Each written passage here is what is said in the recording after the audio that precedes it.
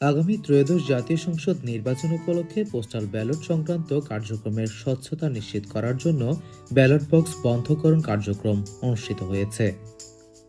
আজ 29 জানুয়ারি 2026 বৃহস্পতিবার জেলা প্রশাসক সম্মেলন কক্ষে অনুষ্ঠিত ব্যালট বক্স বন্ধকরণ কার্যক্রম অনুষ্ঠানে সভাপতিত্ব করেন জেলা রিটার্নিং কর্মকর্তা ও জেলা প্রশাসক নাজমা আশরাফি।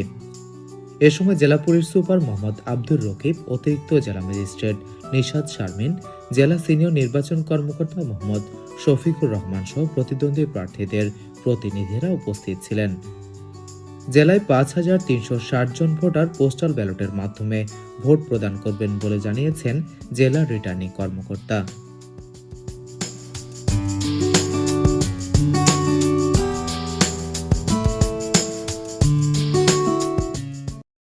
নিউজ ডেস্ক, বাংলাদেশ বেতার, রাঙামাটি।